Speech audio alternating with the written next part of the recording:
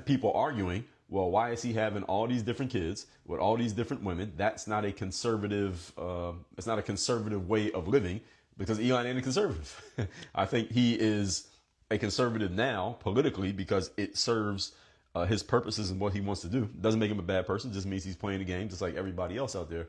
But we can't hold him to these traditional conservative standards. He's not a traditional conservative guy, and there's no reason to believe that he ever was. I believe that his buying of X was, he was telling the truth when he said, I want to open the floor up for free speech and let people say what they want to say. Now, he bought it from, what's my guy's name? Jack Dorsey, who was the owner of what was Twitter before that. And Jack Dorsey they were heavily liberal. They were on the liberal side. If you remember, I mentioned this last week. There was this infamous appearance that Jack and I forget the woman's title, but she was like the head of content and basically the person who made the decisions as to what gets flagged, what gets taken down, what gets censored on Twitter. Her name was Vijaya something. I believe her name was Vijaya. Her and the guy, Jack Dorsey, they appeared on the Joe Rogan podcast. This is probably about, what year was this? Maybe 2021-ish, something like that. And Tim Cook was a special guest. So it was 4 people: Joe Rogan, Tim Cook, Jack Dorsey, and Vijaya.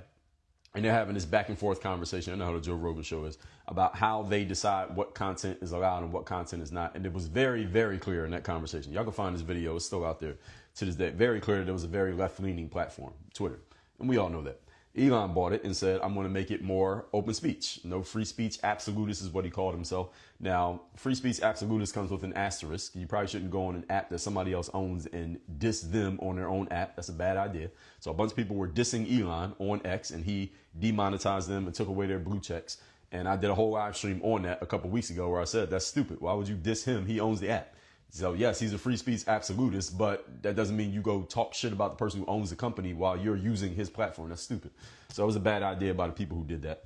And I talked about that already, but we can agree that Elon tends to lean conservative now because, again, it's serving his purposes. That does not make him a bad guy. And you could possibly call him an opportunist.